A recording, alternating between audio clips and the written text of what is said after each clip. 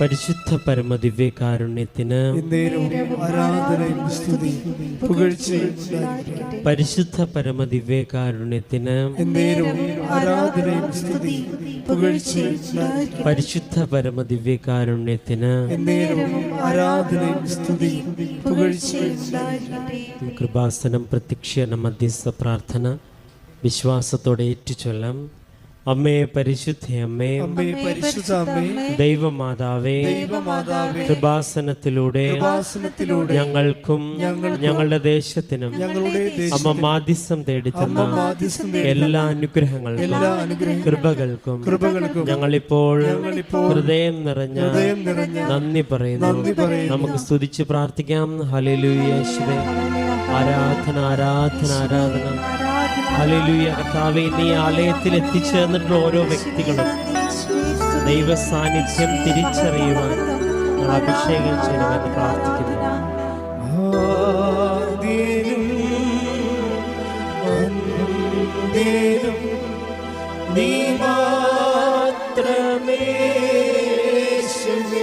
കരങ്ങൾ ഉയർത്തിക്കൊണ്ട് പാടാം. സ്തുതികൾക്കും പുകഴ്ചയ്ക്കും യോഗ്യനേശുവേ.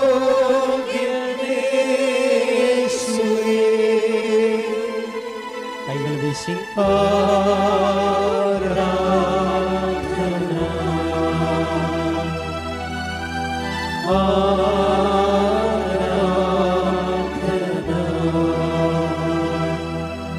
പരിശുദ്ധ പരമദിവ്യകാരുണ്യത്തിന് ആരാധനയും സ്തുതിയും പുകഴ്ചയും ഉണ്ടായിരിക്കട്ടെ. പരിശുദ്ധ പരമദിവ്യകാരുണ്യത്തിന് ആരാധനയും സ്തുതിയും പുകഴ്ചയും ഉണ്ടായിരിക്കട്ടെ. പരിശുദ്ധ പരമദിവ്യകാരുണ്യത്തിന് ആരാധനയും സ്തുതിയും പുകഴ്ചയും ഉണ്ടായിരിക്കട്ടെ. അമ്മേ പരിശുദ്ധ അമ്മേ, പരിശുദ്ധ അമ്മേ, ദൈവമാതാവേ, 2004 ഡിസംബർ 7-ാം തീയതി ഉച്ച കഴിഞ്ഞ് 2:30 കൃപാസനത്തിൽ സംഭവിച്ച അമ്മയുടെ പ്രത്യക്ഷപ്പെടലിനെ കുറിച്ച് തിരുസഭയ്ക്ക് സമർപ്പിച്ചിരിക്കുന്ന പഠനരേഖകളുടെ മേൽ വസ്തുനിഷ്ഠവും ദൈവശാസ്ത്ര വിധിപ്രകാരമുള്ളതുമായ അന്വേഷണ പഠനങ്ങൾ നടത്തി ആ പ്രത്യക്ഷപ്പെടലിലൂടെ പ്രകടമായ ദൈവമാതാവിന്റെ പ്രത്യേക കരുതലും സംരക്ഷണവും വെളിപ്പെടുത്തുന്ന പീഡിതരുടെ ആശ്വാസം, പ്രവാചകന്മാരുടെ രാജ്ഞിയും വാഗ്ദാനത്തിന്റെ പേടകവും പ്രപഞ്ച പ്രകൃതിയുടെ മാതാവുമായ പരിശുദ്ധ അമ്മയുടെ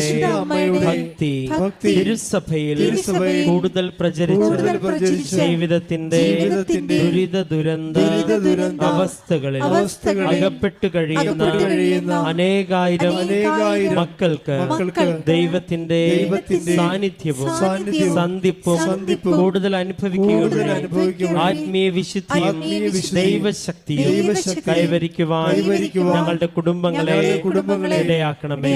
നമുക്ക് സ്തുതിച്ച് പ്രാർത്ഥിക്കാം. ഹല്ലേലൂയ യേശുവേ, ആരാധന. കർത്താവേ, ഞങ്ങളുടെ പരിശുദ്ധാത്മാവിനെ അയച്ച് ഞങ്ങളെ ശക്തിപ്പെടുത്തണമെന്ന് പ്രാർത്ഥിക്കുന്നു. കർത്താവേ, ഞങ്ങളുടെ ഈ കൂട്ടായ്മയെ ദൈവാനുഭവം നൽകി സ്ഥിരീകരണങ്ങൾ നൽകി അഭിഷേകം നൽകി അനുഗ്രഹിക്കണമേ.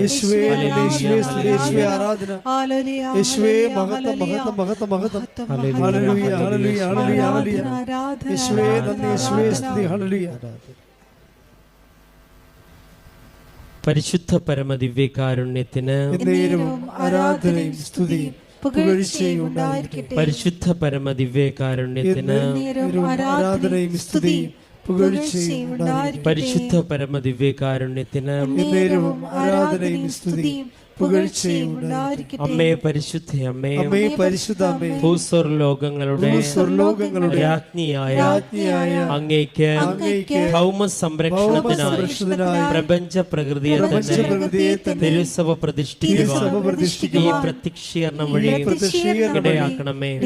പരിശുദ്ധ അമ്മേ, ജപമാല മാതാവേ, സകല കൃപാസന പ്രാർത്ഥനകളോട് ചേർത്ത് ഞങ്ങളിപ്പോൾ പ്രാർത്ഥിക്കുന്ന ഈ സമൂഹത്തിന്റെ പ്രത്യേക നിയോഗങ്ങളും നമുക്ക് മൗനമായി നമ്മുടെ നിയോഗങ്ങൾ സമർപ്പിച്ച് പ്രാർത്ഥിക്കാം.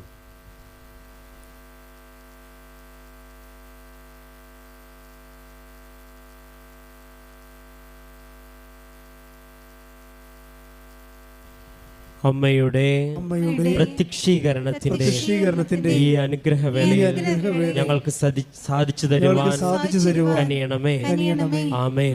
നമുക്ക് സ്തുതിച്ച് പ്രാർത്ഥിക്കാം. ഹല്ലേലൂയ, ഹല്ലേലൂയ, ആരാധന. കർത്താവേ, അങ്ങയുടെ സാന്നിധ്യം പ്രകടമാകുവാൻ, കർത്താവേ, പരിശുദ്ധമ്മയുടെ പ്രത്യക്ഷീകരണത്തിന് ഞങ്ങൾ സാക്ഷികളാകുവാൻ ഈ ഒത്തുവരവും പ്രാർത്ഥനയും ഞങ്ങളെ സഹായിക്കണമേ എന്ന് പ്രാർത്ഥിച്ചുകൊണ്ട്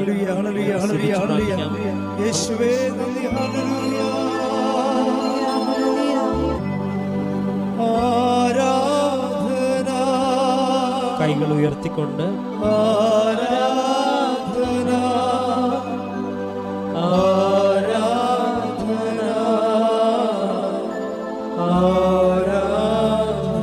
നമുക്കൊരിക്കൽ കൂടി ഉച്ചത്തിൽ ആലപിക്കാം.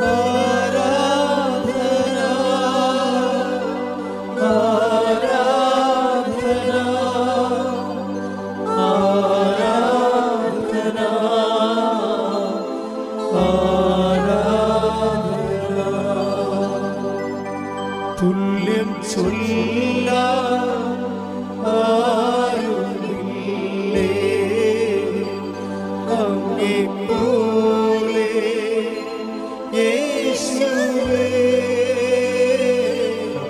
തുല്യം ചൊല്ല ആരുമില്ലേ അങ്ങേ പോലെ യേശുവേ. ജീവനേ സ്വന്തമേ അങ്ങേ മാർഗ്ഗം ചായുന്നു ഞാൻ. ജീവനേ സ്വന്തമേ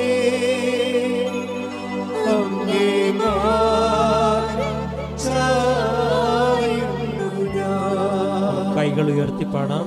ആരാധന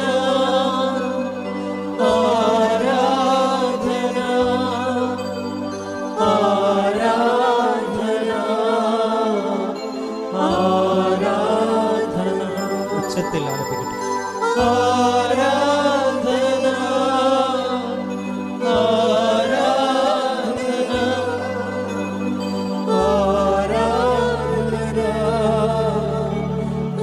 ആരാധന പരിശുദ്ധ പരമദിവ്യകാരുണ്യത്തിന് നേരവും സ്തുതിയും പുകഴ്ചയും ഉണ്ടായിരിക്കട്ടെ. പരിശുദ്ധ പരമദിവ്യകാരുണ്യത്തിന് നേരവും ആരാധനയും സ്തുതിയും പുകഴ്ചയും ഉണ്ടായിരിക്കട്ടെ. എൻ്റെ പ്രിയപ്പെട്ടവരെ,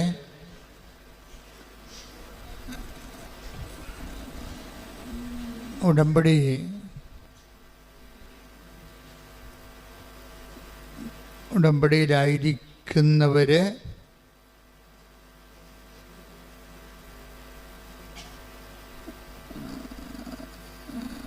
വളരെ സൂക്ഷ്മതയുള്ളവരായിരിക്കണം.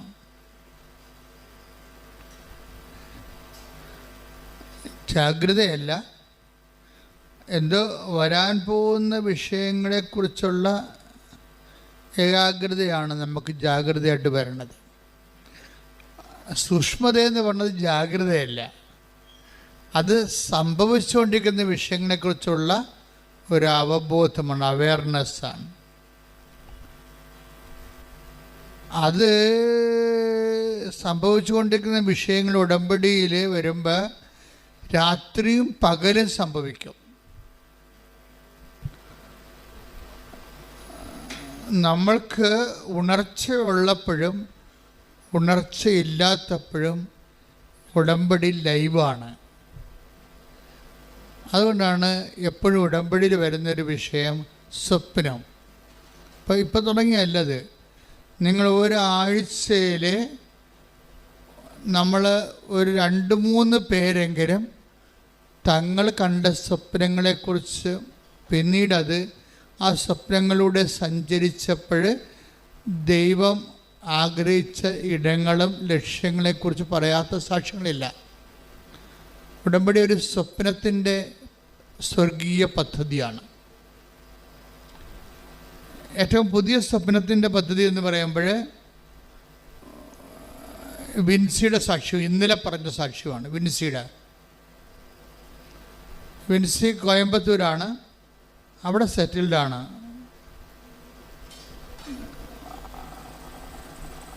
അപ്പോഴേ വിൻസിയുടെ ഒരു പ്രശ്നം, അവർ ഒറ്റമുറി വീട്ടിലാണ് താമസിക്കുന്നത്. ഒറ്റമുറി വീട്. ആ വീട്ടിൽ തന്നെ ആ ഒറ്റമുറി തന്നെ ഗ്യാസ്, അപ്പനും അമ്മയും കിടക്കുന്നതും ഈ വിൻസി കിടക്കുന്നതും എല്ലാം ഒരു മുറിയിലാണ്. ഒരു കട്ടില, പിന്നെ ഒരാൾ താഴെ കിടക്കും. അപ്പം അത്രയും ഒതുങ്ങിയ ഒരു ജീവിതമാണ്. അപ്പം നിങ്ങൾക്ക് ചിന്തിക്കാവുന്നേ ഉള്ളൂ ശരിക്കും.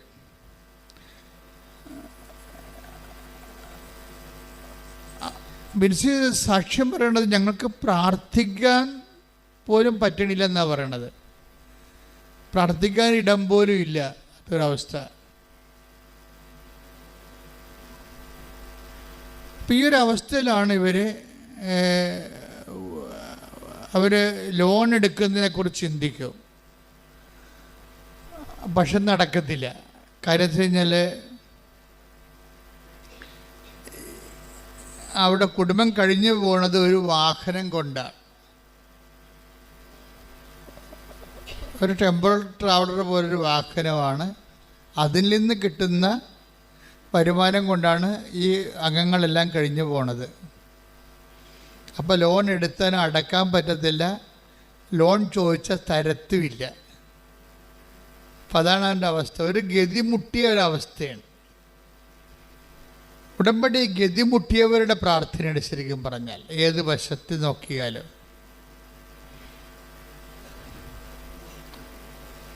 അപ്പോഴാണ് വിൻസി ഉടമ്പടിയെക്കുറിച്ച് കേൾക്കുന്നത്. നിങ്ങൾക്കറിയാമല്ലോ, ഉടമ്പടിയിലെ ഏറ്റവും വലിയ ദൈവത്തിൻ്റെ ഉപകരണം പത്രം തന്നെയാണ്. പത്രം നമ്മൾക്ക് ഇപ്പോൾ യൂട്യൂബിൽ സാക്ഷ്യം കേൾക്കുന്നതിനൊക്കെ കൂടുതൽ ആൾക്കാരാണ്, കൂടുതൽ സങ്കടക്കാരാണ് പത്രം വഴി ദൈവത്തെ അറിയണത്. അതുകൊണ്ടാണ് നിങ്ങൾ അതുകൊണ്ട് കയ്യിൽ കൊടുക്കണമെന്ന് പറയുന്നതിൻ്റെ കാരണം. കയ്യിൽ നിങ്ങളെ കൊണ്ട് ഒരു പത്രം കൊടുക്കുമ്പോൾ അവർക്ക് കയ്യിൽ നിന്ന് വാങ്ങിക്കുന്ന കാരണം അവരതിൽ നിന്ന് രക്ഷപ്പെടുമ്പോൾ അവർക്ക് മനസ്സിലാകും അവരെ പള്ളി മുറ്റത്തു നിന്ന് എടുത്തതല്ല, ദൈവം അവർക്ക് കൊടുത്തതാണെന്ന് മനസ്സിലാകും. അതാണ് ഈ നമ്മൾ പള്ളി മുറ്റത്ത് വെക്കണതും വെച്ചിട്ട് പോകുന്നതും കയ്യിൽ കൊടുക്കണതും തമ്മിലുള്ള വ്യത്യാസം. നമ്മൾ പള്ളിമുറ്റത്ത് വെക്കുമ്പോൾ അവരെടുക്കുകയാണ് ചെയ്യണത്. പക്ഷെ നിങ്ങൾ കൊടുക്കുമ്പോൾ ദൈവം അവർക്ക് കൊടുക്കുകയാണ് ചെയ്യണത്. അപ്പോൾ ദൈവത്തിൻ്റെ ഒരു ഉപകരണമായി നിങ്ങൾ മാറണത് നേരിട്ട് കൊടുക്കുമ്പോഴാണ്. പക്ഷെ അതിന് വല്ലാത്ത ഒരു ഇഫക്റ്റാണ് ഉള്ളത്. ആദ്യമേ ഇത്തിരി പാടുണ്ട്, ഇത്തിരി ചമ്മലും ചളിപ്പൊക്കെ ഉണ്ടാവും. അത് പിന്നെ അപ്പം നിങ്ങൾ കുരിശുരൂപത്തിട്ട് നോക്കിയാൽ മതി.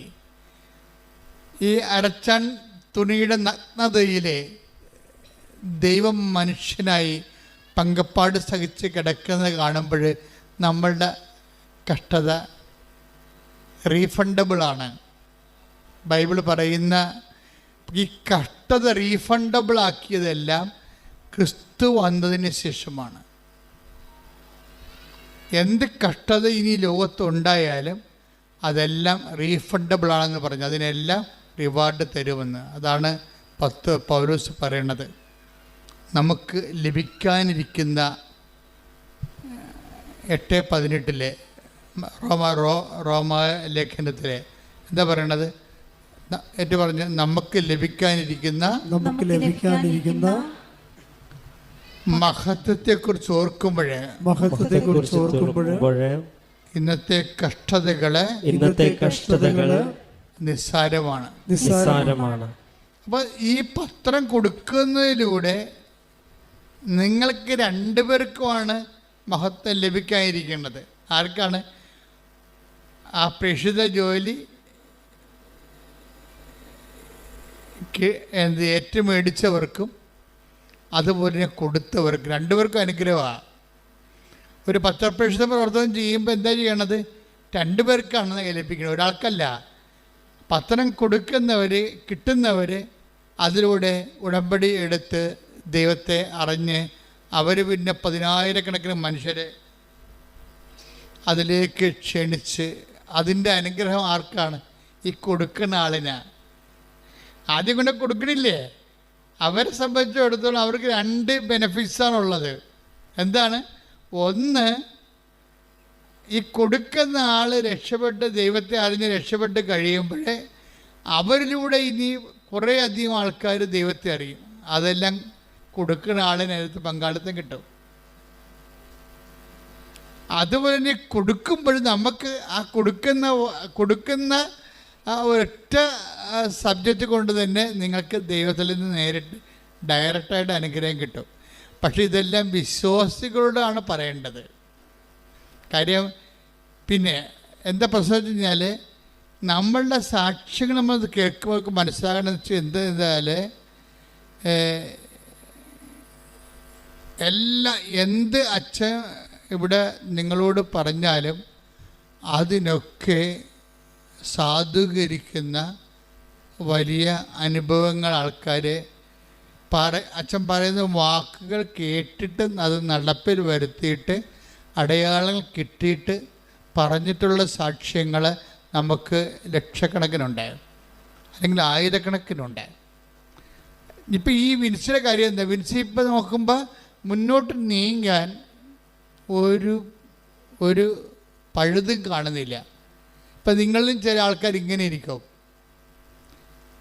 എന്നാൽ ഇനി മുന്നോട്ട് നീങ്ങാൻ, കാര്യം ഉടമ്പടി എന്ന് പറയണത് വെറുതെ സാധാരണ ആൾക്കാർക്ക് ഉടമ്പടി എടുക്കാൻ പാടാണ്. ഉടമ്പടി എടുക്കുമ്പോൾ ഇപ്പം ഉടമ്പടിയെക്കുറിച്ച് ജനങ്ങൾക്കെല്ലാം അറിയാം. വളരെ വെർച്വൽ ഉടമ്പടി എന്നും പറഞ്ഞൊരു പുതിയൊരു സാധനം ഡെവലപ്പ് ചെയ്ത് വന്നിരിക്കുകയാണ്. വെർച്വൽ ഉടമ്പടി. നമുക്ക് എന്താ ഉള്ളത്? ഓൺലൈൻ ഉടമ്പടിയുണ്ട്, അതുപോലെ തന്നെ പിൽഗ്രിം ഉടമ്പടിയുണ്ട്. ഓൺലൈൻ ഉടമ്പടി നമ്മൾ ഓൺലൈനിൽ ചെയ്യുന്നത്, അതിനെല്ലാം കൺകറൻസായി അമ്മ ചെയ്താൽ മതി. അപ്പം നിനക്ക് ഈ രാജ്യത്ത് വരാൻ പറ്റാത്തൊരവസ്ഥയാണെന്ന് വിചാരിച്ചോ? നിനക്ക് ഈ രാജ്യത്ത് വരാൻ പറ്റാത്ത അവസ്ഥ, നീ ജയിലിൽ കിടക്കുകയാണ്. നിനക്ക് 5 മിനിറ്റ് പുറത്തിറങ്ങാൻ സംഭവിക്കുന്നുള്ളെങ്കിൽ അവിടെയുള്ള കൂട്ടുകാരനോടോ പോലീസുകാരനോടോ വാങ്ങിച്ചൊരു സാധനം ഇങ്ങനൊരു സാധനം ചെയ്താൽ ദൈവം അതിനെ രക്ഷപ്പെടുത്തുമെന്ന് പറഞ്ഞാൽ 5 മിനിറ്റ് കൊണ്ട് ചിലപ്പോൾ ദൈവം നിന്നെ അവിടെ നിന്ന് രക്ഷപ്പെടുത്തുക. ഓൺലൈൻ ഉടമ്പടിയുടെ പവർ എന്ന് പറയുന്നത് കോവിഡ് കാലത്ത് കർത്താവ് തന്ന ഏറ്റവും വലിയ അനുഗ്രഹങ്ങളൊന്നാണ് കോവിഡ്. പക്ഷേ ഇപ്പോഴാണ് എൻ്റെ ഹാർവസ്റ്റിംഗ് ടൈം എന്ന് പറയുന്നത്. കാര്യം എല്ലാ ഭൂഖണ്ഡങ്ങളിലും ഉള്ളവർ അവർ പറയും, കർത്താവെ ഞങ്ങൾ നാട്ടിലെത്തുമ്പോൾ എന്താണ് എത്താൻ കഴിയണത്, അന്ന് ഞങ്ങൾ നിന്നെ വന്ന് കണ്ടോളാം എന്ന് അമ്മയോട് പറഞ്ഞിട്ടാണ് അവർ ചെയ്യണത്. അപ്പോഴതിൻ്റെത് സഡനായിട്ടാണ് അതിൻ്റെത്. കാര്യം ഒന്നാമത്തെ ലക്ഷക്കണക്കിന് മനുഷ്യരുടെ പ്രാർത്ഥന, രണ്ടാമത്തത് ഞാൻ അച്ഛനായ കാലം മുതൽ ഇതുപോലെ ലക്ഷക്കണക്കിന് മനുഷ്യരെ സുവിശേഷ വേല കഷ്ടപ്പെട്ട് അറിയിച്ചിട്ടുണ്ട്. അപ്പം അതിൻ്റെ ഒരു മെരിറ്റ്, പിന്നെ നടത്തിയ ഉപവാസങ്ങൾ, പിന്നെ ജാഗരണ പ്രാർത്ഥന, പിന്നെ ഈ രോഗിയായിരുന്ന കാലത്ത് ഞാൻ കർത്താവിൻ്റെ വേല തെറ്റിക്കാതെ ചെയ്തിട്ടുണ്ട്. പീഡാസഹനങ്ങളിൽ അങ്ങനെ ഭയങ്കര സജീവമായി ഞാൻ പങ്കെടുത്തിട്ടുണ്ട്. കർത്താവിൻ്റെ പീഡാസഹനങ്ങളിൽ സജീവമായി പങ്കെടുക്കുന്നതിൻ്റെ അത് ഭയങ്കരമാണ്. കാര്യം എൻ്റെ ജന്മത്തെ ഞാൻ ഓർമ്മ വെച്ച കാലം, കർത്താവിനെ അറിഞ്ഞ കാലം മുതൽ ഇപ്പം ഈ നിമിഷം വരെ രോഗങ്ങളും വേദനയും വിട്ടൊഴിഞ്ഞിട്ടില്ല. അതെല്ലാം ഞാൻ എന്താ ചെയ്യണത്? ഞാനെല്ലാം അക്കൗണ്ട് ചെയ്ത് ക്യാരി ഓവർ ചെയ്ത് ക്രിസ്തുവിൻ്റെ അക്കൗണ്ടിലേക്ക് ക്യാരി ഓവർ ചെയ്യും. അങ്ങനെ ചെയ്യുമ്പോൾ എന്താ ഗുണമെന്ന് പറഞ്ഞു കഴിഞ്ഞാൽ ക്രിസ്തുവിൻ്റെ മഹത്വം നമ്മൾക്കത് അത് വഴി നമുക്ക് ക്രിസ്തു നേടിയെടുത്ത മഹത്വത്തിൽ നമുക്ക് അവകാശം കിട്ടുന്ന ഭയങ്കരമായ ഒരു ഇക്കണോമിക്കാണ് ഇതിൻ്റെ അകത്ത് വർക്ക് ചെയ്യണത്. അത് അനുഭവിച്ചവർക്ക് മാത്രമേ അതിൻ്റെ ഏറ്റവും വലിയ ആഴമായ വില അറിയത്തുള്ളൂ. ചില ആൾക്കാർക്ക് അത് പറഞ്ഞതൊന്നും മനസ്സിലാവത്തില്ല. അത് ക്രിസ്തു രഹസ്യം മനസ്സിലാക്കണമെങ്കിൽ തന്നെ ഒരു ജീവിതത്തിനൊരു പുണ്യം ഉണ്ടാകണം. അതാണ് എനിക്ക് മനസ്സിലായത്. എന്തെങ്കിലും ഒരു ദൈവം ഒന്ന് ചെറുതായിട്ട് തോണ്ടിയ ആൾക്കാർക്ക് മാത്രമേ ക്രിസ്തു രഹസ്യം മനസ്സിലാകത്തുള്ളൂ. ഇപ്പം നിങ്ങൾക്ക് മനസ്സിലാകുന്നുണ്ടെങ്കിൽ അത് നിങ്ങളുടെ മാതാപിതാക്കന്മാർ ചെയ്ത പുണ്യത്തിൻ്റെ ഭാഗമാണ്, അല്ലെങ്കിൽ നിങ്ങൾ ചെയ്ത പുണ്യത്തിൻ്റെ ഭാഗമാണ്. ചുമ്മാ കല്ലായിട്ടിരുന്ന ക്രിസ്തു രഹസ്യം മനസ്സിലാകത്തില്ല. കഴിഞ്ഞ ദിവസങ്ങളിൽ വേറെ അതായത് പ്രിയ ഷൈജുവിൻ്റെ ഒരു സാക്ഷ്യം ഉണ്ടായി. പ്രിയ ഷൈജു വെർച്വൽ ഉടമ്പടിയുടെ ആളാണ്. വെർച്വൽ ഉടമ്പടി എന്ന് പറഞ്ഞാൽ എന്താ വെച്ച് കഴിഞ്ഞാൽ, ഓൺലൈൻ ഉടമ്പടിക്ക് മുമ്പ് ആൾക്കാരെടുക്കുന്നത് തീർത്ഥാടന ഉടമ്പടിക്ക് മുമ്പ് എടുക്കുന്ന സംഭവമാണ്. അവർ കൃപാസനത്തിൽ പോയി ഉടമ്പടി എടുക്കണമെന്ന് അവർ തീരുമാനിക്കും. ഞാൻ സാക്ഷ്യങ്ങളിൽ നിന്നാണ് ഈ വെർച്വൽ ഉടമ്പടി കണ്ടുപിടിച്ചത്. അതായത് കൃപാസനത്തിൽ പോയി ഉടമ്പടി എടുത്താൽ എൻ്റെ പ്രശ്നങ്ങളെല്ലാം മാതാവ് പരിഹരിക്കും, ഈശോയോട് പറഞ്ഞ് പരിഹരിക്കും. അതെനിക്ക് കുറച്ച് പരാധീനതകളും പോരായ്മകളും ദൈവം എൻ്റെ പ്രാർത്ഥന കേൾക്കുന്നതിന് എനിക്ക് ആധ്യാത്മിക തടസ്സങ്ങളുണ്ടെങ്കിലും മാതാവ് ജാമ്യം നിൽക്കും. അതാണല്ല, മാതാവിൻ്റെ ജാമ്യമാണല്ലോ എൻ്റെ പ്രധാനപ്പെട്ട കാര്യം. ഇതിൻ്റെ വിഷയം എന്ന് പറയണത്, മര്യാദയ്ക്ക് ഉടമ്പടി ഒരു ബൈബിൾ ജീവിച്ചാൽ തന്നെ നമ്മൾ ബ്ലെസ്ഡാണ്. മര്യാദയ്ക്ക് ബൈബിൾ ജീവിച്ചാൽ അപ്പം തന്നെ ബ്ലെസ്സിങ് തുടങ്ങും. പക്ഷെ നമ്മുടെ പരാധീനത കൊണ്ടും സാഹചര്യം കൊണ്ടും നമുക്ക് പലപ്പോഴും മര്യാദയ്ക്ക് ജീവിക്കാൻ പറ്റത്തില്ല. അവിടെയാണ് space of the Marian space എന്ന് പറയാം അതിന്. അവിടെയാണ് മരിയൻ സ്പേസ്. നമ്മൾക്ക് എന്തെങ്കിലും തട്ടുകേടുണ്ട്, കുഴപ്പത്തിലാണ്, നമ്മൾ ആധ്യാത്മികമായിട്ട് കുഴപ്പത്തിലാണ്, അല്ലെങ്കിൽ നമുക്ക് യോഗ്യതയില്ല എന്നുണ്ടെങ്കിൽ അമ്മ അവിടെ ജാമ്യക്കാരത്തിയാവും. അതാണ് നമ്മൾ രക്ഷപ്പെടണത്. ഈ മനുഷ്യന്മാരെല്ലാം രക്ഷപ്പെട്ടിരിക്കുന്നതിൻ്റെ കാരണം പിന്നിൽ അമ്മയുടെ ജാമ്യമാണ്. അമ്മ അതിൻ്റെ ജാമ്യം എടുക്കും. കാര്യം വെച്ചാൽ, നീ അനുതപിച്ച് വരുന്നിടത്തോളം കാലം നീ അനുതാപത്തിലേക്ക് വന്ന് കൃപയിൽ നിനക്ക് സ്വന്തം കാലം നിൽക്കും. കൃപയിൽ സ്വന്തം കാലം നിൽക്കുന്നൊരു കാലമുണ്ട് ഉടമ്പടിയിൽ. ആ അമ്മയുടെ പോലും സപ്പോർട്ട് വേണ്ടാതെ നമുക്ക് നിൽക്കുന്നൊരു കാലം ഉണ്ടാവും. ആ കാലം വരെ അമ്മ നിന്നെ സപ്പോർട്ട് ചെയ്യും. അതാണ് ഉടമ്പടിയുടെ സ്പേസ് എന്ന് പറയുന്നത്. ശ്രുതികട ഹല്ലേലൂയ ഹല്ലേലൂയ. യേശുവേ ആരാധന. അമ്മയുടെ സാന്നിധ്യവും സംരക്ഷണവും ജീവിതത്തിൽ അനുഭവിക്കാൻ കർത്താവേ അങ്ങ് ഞങ്ങളെ തിരഞ്ഞെടുക്കണമെന്ന് പ്രാർത്ഥിക്കുന്നു. Hallelujah hallelujah hallelujah.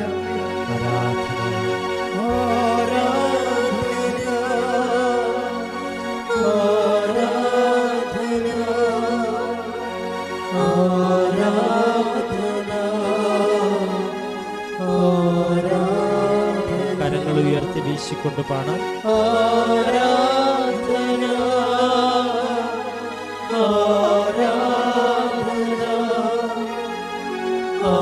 ആരാധന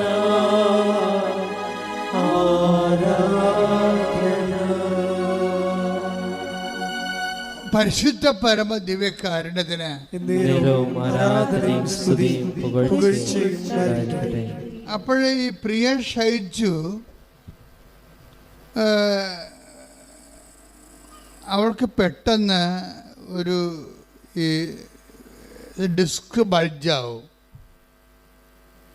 ഇങ്ങനെ ഒരു നോർമൽ ഫാമിലിയാണ്. അത്യാവശ്യം കുഞ്ഞ് ചെറിയ ചെറിയ ജോലിയൊക്കെ കൊണ്ട് ചിലവെല്ലാം നിവർത്തിക്കൊണ്ട് പോകുന്ന ഒരു കോമൺ നോർമൽ ഫാമിലിയാണ്. നിങ്ങൾക്കറിയാം, നോർമൽ ഫാമിലിയൊക്കെ ഒരാളിൻ്റെ ജോലി പോയാൽ പിന്നെ എല്ലാം തകിടം പറയും. അപ്പനുണ്ട്, അമ്മയ്ക്കും ജോലിയുണ്ട്, ചെറിയ ജോലികൾ കൊണ്ട് അവരങ്ങനെ ജീവിച്ച് ഭക്ഷണം കഴിച്ച് പോകുന്ന ഒരു ഏർപ്പാടാണ്. അതിനിടയ്ക്ക് പെട്ടെന്ന് ഇവരുടെ ഡിസ്ക് ബൾജാവും, നടക്കാൻ പറ്റാത്ത അവസ്ഥയാവും. ഡോക്ടറുടെ അടുത്ത് ചെല്ലുമ്പോൾ ഡോക്ടർ പറയും,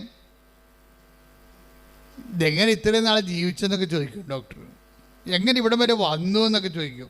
ഈ ഡിസ്കും വെച്ചുണ്ട് ഈ നടുവും വെച്ചോണ്ട് എങ്ങനെ ഇവിടം വരെ വന്നു എന്നൊക്കെ ചോദിക്കും. എന്നിട്ട് അവസാനം ബെൽറ്റ് ഇട്ട് വിടും. പിന്നെ പണി ചെയ്യാനും പറ്റത്തില്ല, പണിക്ക് പോകാനും പറ്റത്തില്ല. അപ്പോൾ മകള് അമ്മയോട് ചോദിക്കുന്ന ഒരു ചോദ്യമുണ്ട്, അത് നിങ്ങളൊക്കെ ചോദിച്ച ചോദ്യമാണ്. കാര്യം ഈ അമ്മ അമ്മയെക്കുറിച്ച് മകൾക്കൊരു അസസ്മെൻ്റ് ഉണ്ട്. അവൾ പഠിക്കണ കുട്ടിയാണ്. അമ്മ ഒരുവിധം പ്രാർത്ഥിക്കുകയും ദൈവത്തിന് ഒപ്പിച്ച് ജീവിക്കുകയും ചെയ്യുന്ന ആളാണ്. പക്ഷെ എന്നാലും ദൈവത്തിന് വേണ്ടി ദൈവത്തിൻ്റെ കൂടെ ജീവിക്കണ പോലെ ജീവിച്ചിട്ടും ഡിസ്ക് അകന്നു പോയി, നടക്കാൻ പറ്റാത്ത ബെൽറ്റ് ഇട്ടിട്ട് നടക്കേണ്ടി വന്ന്. അപ്പം മകൾ ചോദിക്കും, ഇത്രയും കണ്ട അമ്മ ദൈവമേ എന്ന് പറഞ്ഞ് നടന്നിട്ട് നടുവ് പോയില്ല എന്ന് പറയും. എന്നിട്ട് ഒരു ദിവസം അവൾ സങ്കടത്തോടെ അമ്മയോട് ചോദിക്കും, അമ്മ നമ്മൾ ഇത്രയും ദൈവത്തെ വിളിച്ച്, അല്ല നമ്മളല്ല, അമ്മ ഇത്രയും ദൈവത്തെ വിളിച്ചിട്ടും ഇത്രയും ക്ലേശങ്ങൾ അമ്മയ്ക്ക് വരുന്നത് എങ്ങനെയാണെന്ന് ചോദിക്കും. അമ്മ ഇത്രയും ദൈവത്തെ വിളിച്ചിട്ടും ഇത്രയും ക്ലേശങ്ങൾ അവക്കെ അത് ടാലി ആകണില്ല. എല്ലാവരും ദൈവത്തെ വിളിക്കണത് എന്തിനാ? നമ്മുടെ ക്ലേശങ്ങളൊക്കെ മാറിയിട്ട് സമാധാനത്തോടെ ജീവിക്കാൻ വേണ്ടിയാണ്. അമ്മ ഇതൊക്കെ ചെയ്യുന്നുണ്ട്, പക്ഷെ അമ്മയുടെ ക്ലേശം മാറണില്ല. പുതിയ ക്ലേശങ്ങൾ ഉണ്ടാവുന്നത്. അപ്പോൾ ഇവൾക്കത് മനസ്സിലാവണില്ല. അവൾ കൊച്ചല്ലത്, പക്ഷെ അവൾക്കത് മനസ്സിലാവണില്ല. അപ്പം ഞാനും വലുതാകുമ്പോൾ ദൈവത്തെ വിളിക്കാനൊക്കെ അവൾക്ക് ആഗ്രഹമുണ്ട്, പക്ഷേ വിളിച്ച ആളിൻ്റെ അവസ്ഥ ഇതല്ലേ. അതാണ് പ്രശ്നം. വിളിച്ച ആളിൻ്റെ അവസ്ഥ ഇതല്ലേ. ഇപ്പം ഞാനും കൂടി വിളിച്ചിട്ട് എൻ്റെ നടുകൂടി പോകണമെന്നാണ് അവൾ ചോദിക്കണത്.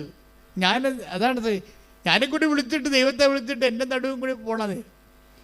അപ്പോൾ ഈ അമ്മ മകളോട് പറയും, മോളെ അതേ നമ്മളെ ദൈവം അഗ്നിശോധന ചെയ്യുകയാണ്. അഗ്നിശോധന ചെയ്യുകയാണ് എന്ന് വെച്ച് കഴിഞ്ഞാൽ സ്വർണം ഉലയിലിട്ട് കഴിഞ്ഞാൽ അത് തിളങ്ങും. അങ്ങനെ നമ്മുടെ കറകൾ കളഞ്ഞെടുക്കുകയാണ്. അപ്പോൾ എന്നിട്ട് ഇത് പറഞ്ഞിട്ട് അവൾക്കത് മനസ്സിലായില്ല. എന്നിട്ട് അവൾ ഈ കറ കളഞ്ഞിട്ട് ഇത് എന്തിനാണെന്നുള്ളതാണ്, ഇത് പണയം വെക്കാൻ പോണോ വിൽക്കാൻ പോണോ എന്നുള്ള അവൾ ചിന്തിക്കണത്. ഇനി നമ്മൾ സ്വർണ്ണമാണെന്ന് പറഞ്ഞിട്ട് അവൾക്കതിൻ്റെ അകത്ത് നമുക്ക് സ്വർണ്ണമാണെന്ന് പറഞ്ഞാൽ നടുവിലല്ല. ഇപ്പോൾ കൊച്ചു ചിന്തിക്കണ ആ രീതിയിലാണ്. അവളെ തെറ്റ് പറയാൻ പറ്റത്തില്ല.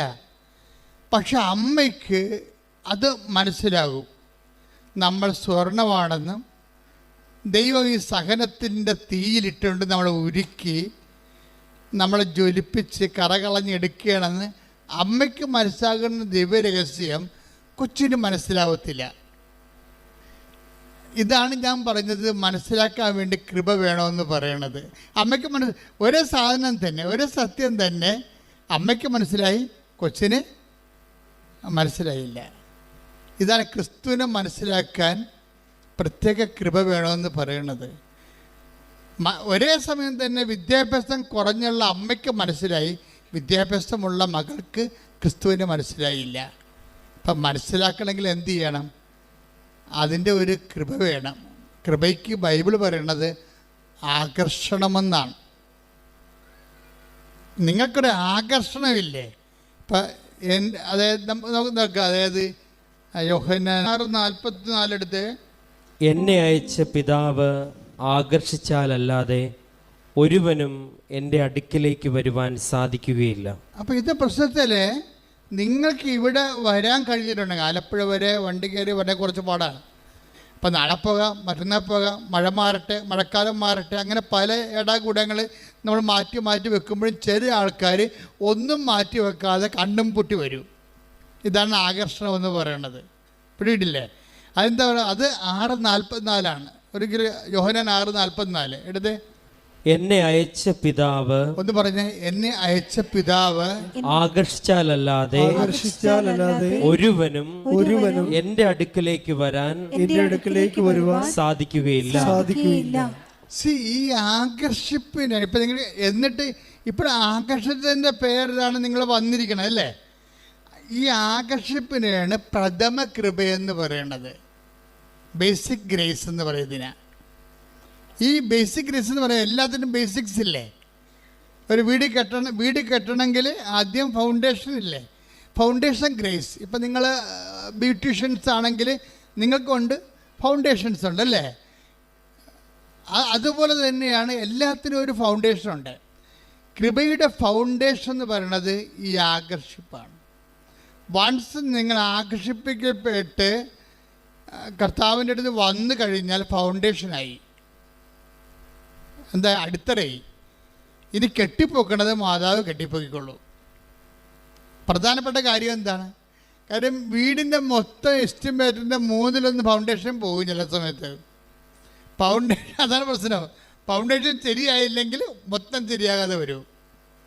അപ്പം അതുകൊണ്ട് നിങ്ങൾ ഇവിടം വരെ എത്തിവിടുമ്പോൾ തന്നെ 33% ഗ്രേസായി, 33% കാര്യങ്ങൾ തീരുമാനമായി. അത് ദൈവത്തോട് അതുകൊണ്ട് നന്ദി പറയണം. പ്രാർത്ഥിച്ചേക്ക, ദൈവമേ ഞങ്ങൾക്ക് ഈ കണ്ണീരിന്റെ കാലത്ത് നിന്റെ സന്നിധാനത്തിൽ എത്തിപ്പെടാൻ ആകർഷണത്തിന്റെ അനുഗ്രഹം നൽകിയതിന് നന്ദി പറയുന്നു.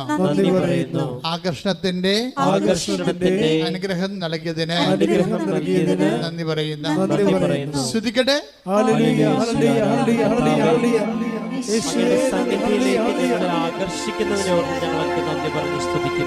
പരിശുദ്ധ പരമ ദിവ്യകാരുണ്യത്തിന്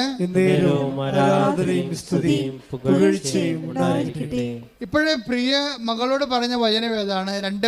1 പത്രോസിന്റെ 1:7 എടുത്ത് 1 പത്രോസ് 1:7 സ്തുതിക്കട്ടെ. ഹല്ലേലൂയ ഹല്ലേലൂയ ഹല്ലേലൂയ ഹല്ലേലൂയ യേശുവേ നന്ദി. ഹല്ലേലൂയ ഹല്ലേലൂയ യേശുവേ ആരാധന. ഹല്ലേലൂയ ഹല്ലേലൂയ 1 പത്രോസ് 1:7 അഗ്നിശോധനയെ അതിജീവിക്കുന്ന നശ്വരമായ സ്വർണത്തെക്കാൾ വിലയേറിയതായിരിക്കും പരീക്ഷകളെ അതിജീവിക്കുന്ന നിങ്ങളുടെ വിശ്വാസം. പ്രിയ മകളോട് പറഞ്ഞു, മകളെന്താ പറയുന്നത്? നമ്മൾ ഇത്രയും അമ്മ ഇത്രയും ദൈവത്തോട് അടുത്തിട്ടും അമ്മയ്ക്ക് എന്താണ് ഇങ്ങനെ മുടന്തി നടക്കുന്നത്, ഇതുപോലെ ക്ലേശങ്ങൾ വരണതെന്നാണ് ചോദിക്കുന്നത്. അപ്പോൾ അമ്മ മകളോട് പറയുന്ന മറുപടി എന്താണ്? നമ്മളെ അഗ്നിശോധന ചെയ്യുകയാണ്. അഗ്നിശോധന ചെയ്ത് കഴിഞ്ഞാൽ നമ്മളുടെ കറകൾ പോകും, വിശുദ്ധീകരണമാണ് ഇതിൻ്റെ ലക്ഷ്യം എന്ന് പറഞ്ഞിട്ട്, പക്ഷേ ആ വചനം മകൾക്ക് മനസ്സിലാകണില്ല. ഈ മനസ്സിലാകാൻ വേണ്ടിയാണ് ശരിക്കും പറഞ്ഞാൽ. എന്തുകൊണ്ടാണ് മനസ്സിലാകാത്തതിൻ്റെ കാരണം എന്താണ്? അവൾക്ക് ആകർഷിപ്പില്ല. യോഹന്നാൻ 6:44 എന്താണ്? ക്രിസ്തുവിനെ മനസ്സിലാകണമെങ്കിൽ നിങ്ങൾക്കറിയാവില്ല, ക്രിസ്തുവിനെ ഞാൻ മസ്റ്റിൽ പിടിച്ച് ക്രിസ്തുവിനെ മനസ്സിലാക്കിയേക്കാമെന്ന് പറഞ്ഞാൽ മനസ്സിലാകത്തില്ല. എന്നാൽ ഭയങ്കര ബുദ്ധിമാന്മാരെക്കാൾ എളിയവർക്ക് ദൈവം വെളിപ്പെടുത്തുകയും ചെയ്യും. അതെന്തിന്? ആകർഷിപ്പിൻ്റെ പേരില്ല. ദൈവം അതിനുള്ള വരം കൊടുക്കും, ക്രിസ്തുവിനെ മനസ്സിലാക്കാനുള്ള വരം കൊടുക്കും. ഇപ്പം ഈ പ്രിയക്ക് ആ വരമുണ്ട്, അമ്മയ്ക്ക് ആ വരമുണ്ട്. അതുകൊണ്ട് ഈ ക്ലേശങ്ങൾ പോലും അവളെ അധികം അലട്ടണില്ല. അവളെ 1 പത്രോസിന്റെ 1:7 പറഞ്ഞിരിക്കുന്ന പോലെ നശ്വരമായ സ്വർണത്തെക്കാൾ നശ്വരമായ സ്വർണത്തെക്കാൾ വിലയേറിയതാണ് പരീക്ഷകളെ അതിജീവിക്കുന്ന നമ്മുടെ വിശ്വാസം. നിന്റെ കയ്യിലിരിക്കുന്ന വിശ്വാസം, നിനക്കിപ്പോൾ ഉള്ള വിശ്വാസം, അതിന് വിലയുള്ളതാണോ വില കുറഞ്ഞതാണോ എന്ന് എങ്ങനെ അറിയാൻ പറ്റും? നിനക്ക് വിശ്വാസമുണ്ട്, പക്ഷെ അതിന് വില ഉള്ളതാണോ വില കുറഞ്ഞതാണോ എന്നെങ്ങനെ അറിയാൻ പറ്റും? പരീക്ഷകളെ അതിജീവിച്ചിട്ടുണ്ടെങ്കിൽ നിൻ്റെ വിശ്വാസം വിലയുള്ളതാണ്. അപ്പോൾ ഈ പരീക്ഷ കഴിയാത്ത ഒരു സാധനവും, ഇപ്പം പ്രിയയുടെ മകളുടെ വിശ്വാസം ഉണ്ടവർക്ക്, പക്ഷെ പരീക്ഷ കഴിഞ്ഞിട്ടില്ല. അതിനൊന്നും ഇപ്പോൾ പരീക്ഷിക്കത്തില്ല, അപ്പം തന്നെ ചത്തുപോകുന്നറിയാൻ ദൈവത്തിന്. അതിനൊക്കെ ഇപ്പോൾ പരീക്ഷിക്കത്തില്ല. പരീക്ഷിക്കണമെങ്കിൽ ഒരു മിനിമം ആചാരമില്ലാത്ത ആൾക്കാർക്ക് പരീക്ഷ ഇടുക.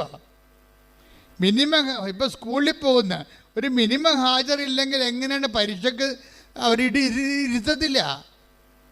അതുപോലെ നിനക്കൊരു പരീക്ഷ വേണമെങ്കിൽ കർത്താവിൻ്റെ അടുത്തൊരു മിനിമം ഹാജർ നിനക്ക് വേണം. അമ്മയ്ക്കതുണ്ട്.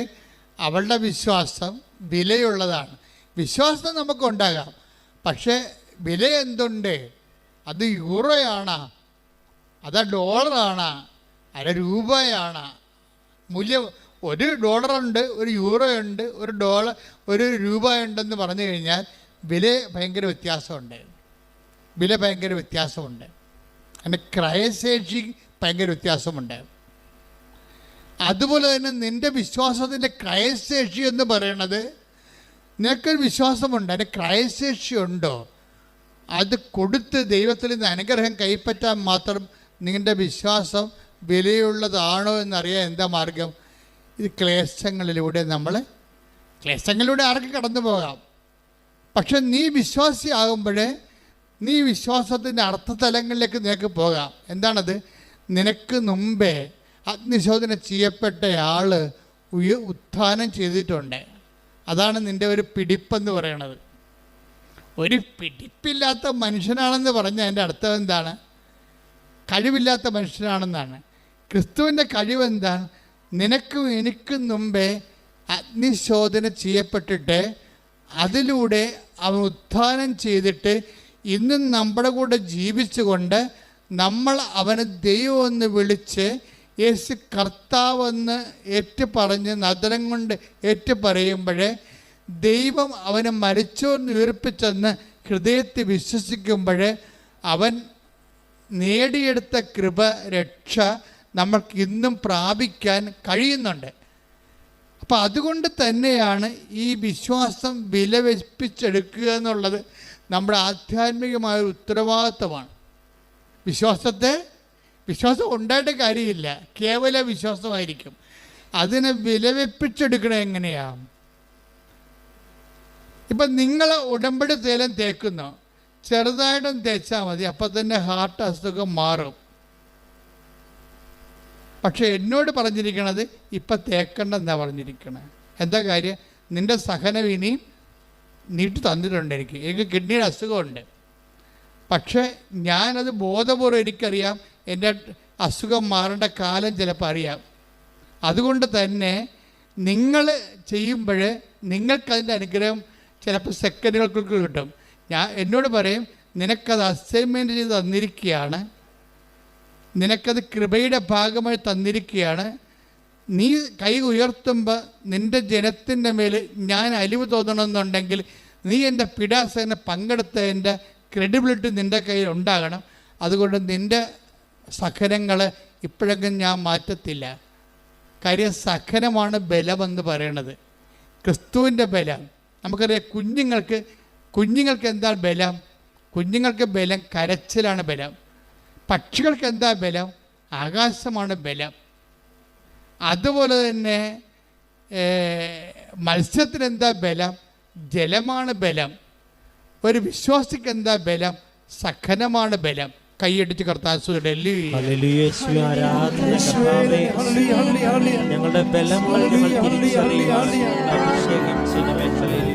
പരിശുദ്ധ പരമ ദിവ്യകാരുണ്യത്തിന് അപ്പോഴാകപ്പാടെ ഒരു വല്ലാത്ത ഒരു അലൈൻമെൻ്റ് എല്ലാം തെറ്റിപ്പോയി. നടുവ് പോയപ്പോഴേ, പ്രിയയുടെ നടുവ് പോയപ്പോൾ ജോലിക്ക് പോകാൻ പറ്റാതെ വന്ന്, പിന്നെ കുഞ്ഞുങ്ങൾക്ക് ഫീസ് കൊടുക്കാൻ പറ്റാതെ വന്ന്, കടക്കാർക്ക് സമയത്ത് അവർ പറയുന്ന കടങ്ങൾക്ക് പരിഹരിക്കാൻ കടം വാങ്ങിച്ചവർക്ക് കൊടുക്കാൻ പറ്റാതെ വന്ന് എല്ലാം താറുമാറായി തളം തെറ്റിപ്പോവും. ചിലക്കൊരു പാണം കുരിശ് വന്നാലും ശരി കർത്താവിൻ്റെ മുമ്പിൽ നിന്ന് മാറത്തില്ല. അവരെന്താണ്? അതിജീവിച്ച് വിലയുള്ള വിശ്വാസത്തിലേക്ക് വന്നവർ. അഗ്നിശോധനയെ അതിജീവിച്ച് വിലയുള്ള വിശ്വാസമാണ്. കാര്യം നിസ്സാര കാര്യത്തിന് അവൾ തൊടാൻ പറ്റത്തില്ല. അവർ ജീവിതത്തിൽ ജയിച്ചിരിക്കുകയാണ്. ഈ ക്രിസ്തുവിനെ ഫോളോ ചെയ്യുമ്പോൾ ഉണ്ടാകുന്നൊരു ഗുണമതാണ്, നമ്മുടെ ജീവിതത്തെ ജയിച്ചുകൊണ്ടേയിരിക്കും. കൈയടിച്ച് കർത്താവ്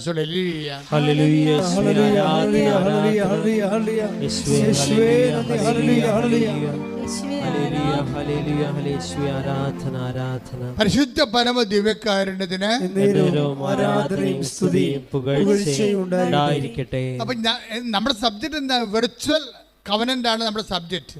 വെർച്വൽ ഉടമ്പടി എന്ന് വെച്ചാൽ പിൽഗ്രിം ഉടമ്പടിയല്ല, ഓൺലൈൻ ഉടമ്പടിയല്ല.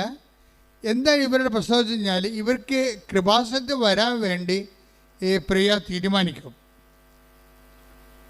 പക്ഷെ വരാനുള്ള പാങ്ങില്ല, സമയം വെക്കണില്ല. ചിലപ്പോൾ സാമ്പത്തിക വിഷയമായിരിക്കാം. അവർക്ക് വരാൻ ആഗ്രഹമുണ്ട്, ഭയങ്കര ആഗ്രഹമുണ്ട്. ഉടമ്പടിയെക്കുറിച്ചൊക്കെ അവൾ പഠിച്ചിട്ടുണ്ട്, കേട്ടിട്ടുണ്ട്, മനസ്സിലാക്കിയിട്ടുണ്ട്, ആൾക്കാർ പറയുന്ന സാക്ഷ്യങ്ങളൊക്കെ കേട്ടിട്ട്. അതുകൊണ്ട് വീട്ടിൽ ഇരുന്ന് സ്വന്തമായിട്ട് ഈ ഏകലവ്യനെ പോലെ അസ്ത്രവിദ്യ പഠിക്കും. അതാണ് ഏകലവ്യൻ, ഗുരുവില്ലാതെ പഠിക്കും. ഗുരുവില്ലാതെ അസ്ത്രവിദ്യ പഠിച്ചിട്ട് അല്ല ദ്രോണാചാര്യര് ഗുരുദക്ഷിണ ചോദിക്കണത് കൈമുറിച്ചോണ്ട് പോകാൻ. അപ്പോൾ വീട്ടിൽ ഇരുന്ന് ഇവള് ഉടമ്പടി പാലിച്ച് ജീവിക്കും. ഇവിടെ വന്നിട്ടില്ല, ഓൺലൈൻ ഉടമ്പടി എടുക്കാൻ അറിയത്തില്ല, വെർച്വൽ ഉടമ്പടി. എന്നാൽ ദൈവമായിട്ട് ഈ സഹനത്തിൻ്റെ കാലത്ത് വിശുദ്ധിയോടെ ജീവിക്കാനുള്ള വചനം വായിക്കും, പറ്റുന്നവരൊക്കെ സഹായിക്കും, പ്രാർത്ഥിക്കേണ്ട പ്രാർത്ഥന നോക്കിയെടുത്തിട്ട് തന്നെത്താൻ പ്രാർത്ഥിച്ചുകൊണ്ടിരിക്കും. അപ്പം ഇത് ഈ വീട്ടിലെ കഷ്ടപ്പാടും അമ്മയുടെ പ്രാർത്ഥനയും കണ്ടപ്പോഴാണ് മകൾ ചോദിച്ചത്, ഇത്രയൊക്കെ പ്രാർത്ഥിക്കണം അമ്മയ്ക്ക് ഇങ്ങനെ സംഭവിച്ചല്ല എന്ന് ചോദിക്കണത്. അവൾക്കത് പിടികിട്ടിട്ടില്ല, ടാലിയാകണില്ല. അനുഭവങ്ങളും ആത്മീയതയും തമ്മിൽ ടാലിയാകാത്ത അവസ്ഥയാണ്. അപ്പോൾ അവർക്കറിയാവുന്ന ഭാഷയിൽ അവൾ മകളെ ഉത്ബോധിപ്പിക്കും, പക്ഷെ മകൾക്കതൊന്നും മനസ്സിലാവത്തില്ല. പിന്നീട് വെർച്വൽ ഉടമ്പടിയുടെ കാലം കഴിയുമ്പോൾ ഇവളുടെ മനസ്സിൽ വെർച്വൽ ഉടമ്പടിക്ക് ഒരു സംഭവം നടക്കും. എന്താ, വെർച്വൽ ഉടമ്പടി കറക്റ്റായിട്ട് പാലിച്ച് ആ ഹോംവർക്ക് ചെയ്ത് കഴിയുമ്പോൾ അവളുടെ സത്യസന്ധത ദൈവത്തിന് മനസ്സിലാകുമല്ലോ. അപ്പോൾ അവൾക്ക് ആന്തരിക ബോധ്യം കൊടുക്കും.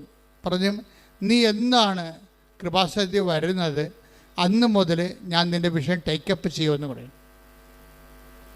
ആ ഒരു ആന്തരിക ബോധ്യം കൊടുക്കും. അങ്ങനെ ഒരു ദിവസം പ്രിയ കൃപാസനത്തിൽ വരും.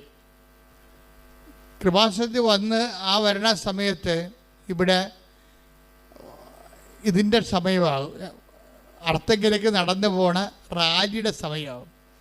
അപ്പോൾ പറയും, മാതാവേ ഞാനീ നടുവും വെച്ചോണ്ട് എനിക്ക് വരണമെന്ന് ആഗ്രഹമുണ്ട്, പക്ഷേ നടുവും വെച്ചോണ്ട് എങ്ങനെ നടക്കണം, വീട്ടിൽ തന്നെ എനിക്ക് നടന്ന് വീട്ടിൽ ജോലി ചെയ്യാൻ പറ്റണില്ല എന്ന് പറയും.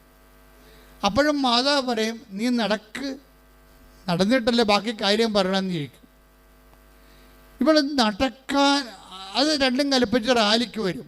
റാലിക്ക് വന്ന് നടക്കണ സമയത്ത് മാതാവ് പറയും, ബെൽറ്റ് ഊരി കളരി എന്ന് പറയും. ഉടനെ ആ സെക്കൻഡിൽ മുമ്പും പുറകും നോക്കാതെ ഇവൾ നടുവിൻ്റെ ബെൽറ്റ് എടുത്ത് ഊരിക്കളഞ്ഞിട്ട് നടക്കാൻ തുടങ്ങും. അത് അർത്ഥെങ്കിൽ അവരെ അങ്ങ് നടക്കും. ഇതാണ് വെർച്വൽ ഉടമ്പടി. അപ്പം നമ്മൾ നേരത്തെ ചെയ്യണ കാര്യങ്ങൾ വിശ്വാസിച്ച് ചെയ്യുമ്പോൾ ആ ചെയ്യുന്ന കാര്യങ്ങളെല്ലാം ദൈവം അതിങ്ങനെ കുറിച്ച് വെക്കണ പോലെയാണ്. എന്നിട്ട് എന്താണ്, ആന്തരിക ബോധ്യം നൽകും. അപ്പോഴേ അവളൊരു പ്രാവശ്യം മകളോട് പറയവേ, അപ്പോൾ ഇവളുടെ പഠനം ശരിയാകുന്നില്ല. അവൾ പഠിക്കുന്നുണ്ട്, പക്ഷെ ഇവൾക്ക് പഠനവുമായിട്ട് ഭയങ്കര പ്രശ്നമാണ്. പഠിക്കുന്ന അനുസരിച്ച് മാർക്ക് വീഴുന്നില്ല. വീട്ടിലെ കഷ്ടപ്പാടും എല്ലാം കൊണ്ടാണ് പഠിക്കുന്നുണ്ട്, പക്ഷെ അതനുസരിച്ചുള്ള ശ്രദ്ധിച്ചിട്ട് അതനുസരിച്ചുള്ള ആൻസർ ചെയ്തിട്ട് ആൻസർ ചെയ്യാൻ പറ്റണില്ല, മാർക്കില്ല. അപ്പോൾ ഉടനെ മകള് വിശ്വാസമില്ലാതെ, അമ്മയുടെ വിശ്വാസം ഉണ്ടെങ്കിലും മകൾക്ക് വിശ്വാസമില്ലെന്ന് പ്രിയക്ക് മനസ്സിലായിട്ട് മാതാവിനോട് പറയും, മാതാവേ ഇവക്ക് വിശ്വാസം കൊടുക്കണം, എന്തെങ്കിലും നീ ചെയ്യണം. എനിക്ക് നടുവില്ലെങ്കിലും, സുഖപ്പെട്ടതിന് മുമ്പുള്ള ഡയലോഗാണിത്, എനിക്ക് നടുവില്ലെങ്കിലും ഞാൻ വിശ്വസിക്കുമെന്ന് നിനക്കറിയാമല്ലോ, പക്ഷെ എൻ്റെ മകൾ വിശ്വസിക്കത്തില്ല, അവൾക്ക് എന്തെങ്കിലും അടയാളം കൊടുക്കണമെന്ന് പറയും. ഉടനെ മാതാവ് 50 എഴുതി കാണിക്കും. ഉടനെ മകളോട് പറയും, നിനക്ക് 60-50 മാർക്ക് കിട്ടും. ഉടനെ ഒളിച്ച് ഇരിക്കും. കാര്യം 40 പോലും കിട്ടാനുള്ള സാധ്യത അവൾക്കില്ല, കിട്ടിയ ചരിത്രവും ഇല്ല. പക്ഷെ എൻ്റെ പരീക്ഷ എഴുതും, പരീക്ഷ കുളമായിപ്പോയി. റിസൾട്ട് നോക്കാനായിട്ട് പോകുമ്പോൾ ഇവളിങ്ങനെ വിശ്വസിക്കണില്ലെങ്കിലും അമ്മയുടെ വാക്കിൽ ഇവൾക്ക് വിശ്വാസമുണ്ട്. അമ്മ പറഞ്ഞല്ല 50 ഞാൻ റിസൾട്ട് നോക്കാൻ പോകണം കേട്ടാന്ന് പറയും. റിസൾട്ട് നോക്കാൻ പോയപ്പോൾ അവിടെ 50 മാർക്ക്. അപ്പം ഇവർക്ക് സംശയമായി, എൻ്റെ പരീക്ഷ പൊട്ടയിടുന്നല്ല, എനിക്ക് 50 മാർക്ക് കിട്ടാൻ പോണെന്ന് അമ്മയ്ക്ക് എങ്ങനെ അറിയാൻ പറ്റുമെന്ന് ചോദിക്കും. എനിക്ക് കിട്ടാൻ പോകുന്ന മാർക്കിനെ കുറിച്ച് അമ്മയ്ക്ക് എങ്ങനെ അറിയാൻ പറ്റും? അപ്പോഴേ അമ്മ പറയും, നിനക്ക് ഇതിനേക്കാൾ വലിയ മാർക്ക് തരാമെന്ന് മാതാവ് എന്നോട് പറഞ്ഞിട്ടുണ്ടെന്ന് പറയും. ഇപ്പം എന്നാ സംഭവിച്ചു? +2 റിസൾട്ട് വന്നപ്പോൾ 600-ൽ 600. ഇതെന്ന് പറയുന്നത് വിലയുള്ള വിശ്വാസത്തിൻ്റെ വിലയാണത്. പഠനത്തിൽ തകർന്ന മകൾക്ക് അവളുടെ മെറിറ്റിലല്ലാതെ അവളെ ഈ മാർക്ക് കിട്ടാനുള്ള കാരണം എന്താ അറിയാമോ? പ്രിയ അമ്മ മാതാവിനോട് പറയും, മാതാവേ അവൾ വിശ്വസിക്കണം. ഇപ്പം അവൾക്ക് മാർക്ക് കൊടുത്തില്ലെങ്കിൽ ഞാൻ വിശ്വസിക്കും, അത് നിനക്കറിയാമല്ലോ. പക്ഷേ എൻ്റെ പ്രശ്നം അതല്ല, അവൾ കൂടി വിശ്വസിക്കണം, അതാ വിഷയം. അപ്പോൾ അവൾ കൂടി വിശ്വസിക്കണമെന്ന് പറഞ്ഞാൽ മകൾക്ക് വേണ്ടി മാതാവിൻ്റെ മുമ്പിൽ മധ്യസ്ഥം വഹിക്കുകയാണ്. അത് പക്ഷേ പ്രിയയെപ്പോലെ എല്ലാവരും പറഞ്ഞാൽ ഏക്കത്തില്ല. എന്താ കാര്യം? ഈ ഇല്ലാത്ത നടുവും വെച്ചുകൊണ്ട് ആണ് അവൾ വിശ്വാസം പ്രഖ്യാപിച്ചിരിക്കുന്നത്. അതുകൊണ്ട് 1 പത്രോസിൻ്റെ 1:7 എന്താ പറയണത്? അഗ്നിശോധനയെ അതിജീവിച്ച വിശ്വാസം സ്വർണത്തെക്കാളും വിലയുള്ളതാണ്. അപ്പം പ്രിയയുടെ വിശ്വാസം ശോധന ചെയ്യപ്പെട്ട വിശ്വാസമായത് കാരണം വില പേശാൻ പറ്റിയ വിശ്വാസമാണ്. അതുകൊണ്ടാണ് ഇൻട്രാക്ഷൻ ലെവലിൽ വരണം, കമ്മ്യൂണിക്കേഷൻ ലെവലിൽ വരണത്. ഉടമ്പടി ഏറ്റവും വലിയ സംഭവം വെച്ചാൽ കമ്മ്യൂണിക്കേഷനാണ്. നിങ്ങളെ എപ്പോഴും ഉടമ്പടി നിങ്ങൾ കറക്റ്റായിട്ടാണ് എക്സിക്യൂട്ട് ചെയ്ത് പോകണമെന്നുണ്ടെങ്കിൽ കമ്മ്യൂണിക്കേഷൻ ആരംഭിക്കും. കമ്മ്യൂണിക്കേഷൻ അറിയാമല്ല, മാതാവ് സംസാരിക്കും, ഉള്ളിൽ ബോധങ്ങൾ തരും, ഉള്ളിൽ ബോധങ്ങൾ തരും. ഇനി ബോധങ്ങൾ തരാതെ തന്നെ സ്വപ്നങ്ങളുണ്ടാവും. സ്വപ്നങ്ങൾ കാര്യം ഒരു ഏറ്റവും കൂടുതൽ സ്വപ്നങ്ങൾ ബൈബിൾ കാലം കഴിഞ്ഞാൽ, ബൈബിൾ കാലം സ്വപ്നങ്ങളുടെ കാലമാണ്. പക്ഷേ ബൈബിൾ കാലം കഴിഞ്ഞാൽ ഏറ്റവും കൂടുതൽ സ്വപ്നങ്ങൾ നടന്നിരിക്കുന്ന ഉടമ്പടിയിലാണ്. അതിങ്ങനെ നോക്കിയാൽ മതി. എല്ലാ സാക്ഷ്യം നോക്കുമ്പോൾ എവിടെയെങ്കിലും ഒരു സ്വപ്നം ഉണ്ടാവും. ഇപ്പം വിൻസിയുടെ സാക്ഷ്യം എന്താ? വിൻസിയുടെ കഥ ഞാൻ പറഞ്ഞില്ലേ, കോയമ്പത്തൂരുകാരത്തിയാണ്. മലയാളം തമിഴും കൂടി ചേർത്താണ് ഇവിടെ സാക്ഷ്യം ഇന്നലെ പറഞ്ഞിരിക്കണത്. എന്താ പറഞ്ഞിരിക്കുന്നത്? അവളുടെ അപ്പൻ ഒരാൾ ജോലി പോകണ്ടേ, അവൾക്ക് ഒറ്റമുറിയായിട്ടുള്ള ഒരു വീടാണ് ഉള്ളത്. അതിൻ്റെ അകത്ത് കട്ടിലിട്ട് കിടക്കേണ്ട അപ്പനുണ്ട്, അമ്മയുണ്ട്, മകളുണ്ട്. അപ്പന് ഡ്രൈവറായിട്ടുള്ള ജോലിയാണ് ഉള്ളത്. അതുകൊണ്ട് കുടുംബം പോറ്റണം. ലോണ് ചോദിച്ചാൽ കിട്ടത്തില്ല, അതുകൊണ്ട് വീട് വെക്കാനും പറ്റത്തില്ല, പ്രാർത്ഥിക്കാൻ പോലും ഇടമില്ല. ഇതാണ് ഇവരുടെ സങ്കടം. അപ്പം അങ്ങനെ സങ്കടത്തിൻ്റെ കാലത്ത് ഇവക്ക് ഒരു പത്രം കിട്ടും. പത്രം കിട്ടിക്കഴിയുമ്പോൾ അവിടെ നിന്ന് ഇവിടം വരെ വരണ്ടേ, കോയമ്പത്തൂരിൽ നിന്ന് ഇവിടം വരെ വരണ്ടേ. അപ്പോൾ 2-3 പ്രാവശ്യത്തെ ഈ ഡ്രൈവറിൻ്റെ ദിവസ വരുമാനം കൂട്ടിയാലേ ഇവിടെ വരാൻ പറ്റത്തുള്ളൂ. 2-3 ദിവസത്തെ ഡ്രൈവറിൻ്റെ ദിവസ വരുമാനം കൂട്ടിയാൽ അവർക്ക് ഇവിടെ വരാൻ പറ്റത്തുള്ളൂ. ഇവിടെ പക്ഷേ അങ്ങനെ അവർ എക്സ്പെൻഡിച്ചർ മുടക്കി മുണ്ട് മുറുക്കി എടുത്ത് ഉടമ്പടി എടുത്ത ആൾക്കാരാണ്. മുണ്ട് മുറുക്കി എടുത്ത് ഉടമ്പടി എടുത്ത് വീട്ടിൽ ചെന്നപ്പോൾ അമ്മ ഒരു സ്വപ്നം കണ്ട്. അപ്പോൾ നമുക്ക് മനസ്സിലായില്ല എന്താണെന്ന്. അമ്മ സ്വപ്നമൊന്നും കണ്ടില്ല, കണ്ട സ്വപ്നത്തിലേ ഉള്ളൂ, വലിയ കഥകളൊന്നുമില്ല. ഒരു 4 നമ്പർ 4 ഇങ്ങനെ എഴുതി കാണിച്ചുകൊണ്ടിരിക്കും. എപ്പോഴും സ്വപ്നത്തിൽ നമ്പർ 4 എഴുതി കാണിച്ചുകൊണ്ടിരിക്കും. അപ്പം മകളോട് അമ്മ പറയും, വിൻസിയോട് അമ്മ പറയും, ഞാൻ ഇന്നലെ 4 എന്ന് എപ്പോഴും ഇങ്ങനെ എഴുതി കാണിക്കേണ്ട സ്വപ്നം കണ്ടെന്ന് പറയും. എന്നാ ഫോറെന്നറിയാൻ പോയി. പക്ഷേ അന്ന് മുതൽ ഈ ഉടമ്പടി എടുത്തതിന് ശേഷം ഇവർ പെട്ടെന്ന് ഈ അപ്പന് ഒരു ബോധത ഉണ്ടാകും. എന്താണ്? അപ്പന് പണ്ട് ധൈര്യമില്ല. ഇനി ഉടമ്പടി എടുത്താൽ എങ്ങനെയാണ്, ലോൺ എടുത്താൽ നമുക്ക് കിട്ടുമോ, ലോൺ കിട്ടുമോ, കിട്ടിയാൽ നമുക്ക് വീട് വെക്കാൻ പറ്റുമോ, അങ്ങനെ കുറേ. അതുകൊണ്ട് മനസ്സിന് ധൈര്യമില്ല. മനസ്സിന് ധൈര്യമില്ലാതെ ഇപ്പം നമുക്കറിയാമല്ലോ, എന്തെങ്കിലും ചെയ്യാൻ പറ്റുമെങ്കിൽ 30-40 വയസ്സിനുള്ളിൽ ചെയ്യാൻ.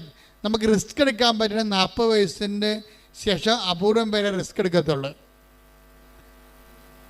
അങ്ങോട്ട് പ്രായമാകുന്നവർക്ക് റിസ്ക് കുറഞ്ഞ് എടുക്കത്തുള്ളൂ. നമുക്കറിയാം, പ്രായമായി കഴിഞ്ഞാൽ നമ്മൾ ആൾക്കാർക്ക് ദാനങ്ങൾ ചെയ്യുന്ന ആൾക്കാരും പ്രായമായി കഴിഞ്ഞാൽ ചെയ്യത്തില്ലല്ല.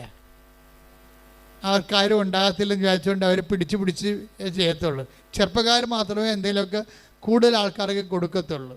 പ്രായമായ ആൾക്കാർ സ്വാഭാവികമായിട്ടൊരു ഡിഫൻസ് വരും അവിടെ.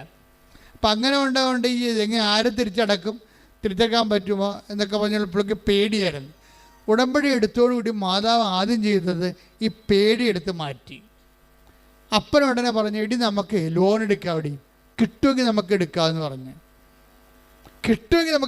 പറഞ്ഞ്. അപ്പം ഇത്രയും നാൾ 10-12 കൊല്ലമായിട്ട് ലോൺ എടുക്കത്തില്ലെന്ന് പറഞ്ഞിരുന്ന മനുഷ്യൻ ഉടമ്പടി എടുത്തപ്പോൾ മനസ്സ് മാറി. അവർ അതുപോലെ തന്നെ ബാങ്കിൽ ചെന്ന് ചോദിക്കുകയും ചെയ്ത് ലോൺ ഒരു 2-3 ദിവസത്തിനുള്ളിൽ ലോൺ പാസ്സായി. നിങ്ങൾക്കറിയാവില്ല, മരിയൻ ചാനൽ എന്ന് പറഞ്ഞാൽ ഇങ്ങനെ സ്പീഡായിരിക്കും ഭയങ്കര, ആരും തടുക്കാൻ പറ്റത്തില്ല. അത് നമ്മൾ ഐസയാർ വായിക്കണ പോലെയാണ്. ഞാൻ അടച്ച വാതിൽ ആരും തുറക്കത്തില്ല, തുറന്ന വാതിലാരും അടക്കത്തുമില്ല. മനുഷ്യൻ്റെ കഴിവ് അവിടെ വരത്തില്ല. സ്വാഭാവികമായ സ്പീഡിൽ നിന്ന് ഇത് സാധാരണ ഇതിന് വേണ്ട ഒരു സ്പീഡിലേക്ക് കാര്യങ്ങൾ മാറും. അങ്ങനെ അവർക്കൊരു സ്ഥലം ഒരു കാട്ടുപ്രദേശത്തുണ്ടായിരുന്നു. അവിടെ ചെന്നിട്ട് അവിടെ സ്ഥലം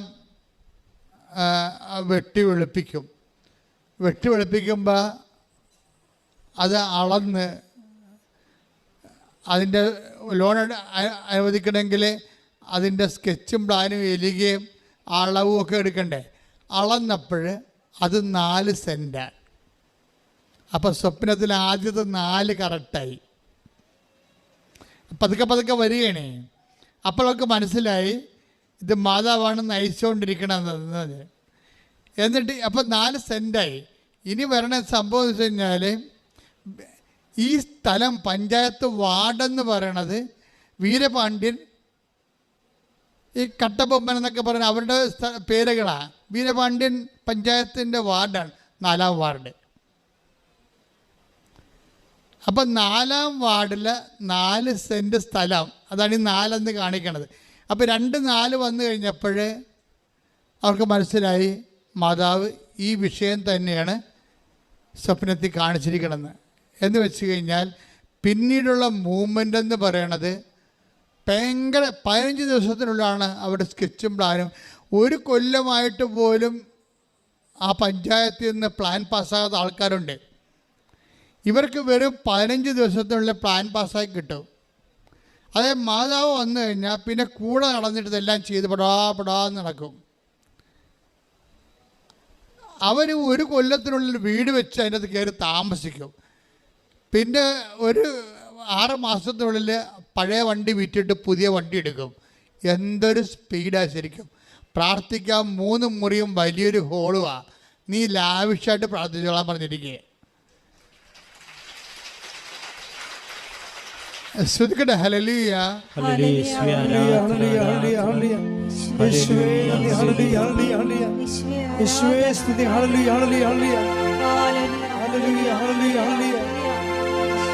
ഇത്ര നല്ല ദൈവത്തോടും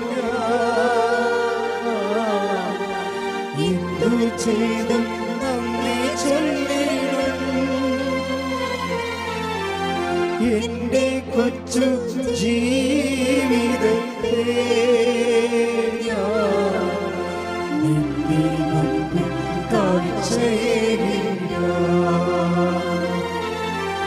ഇത്ര നല്ല ദൈവം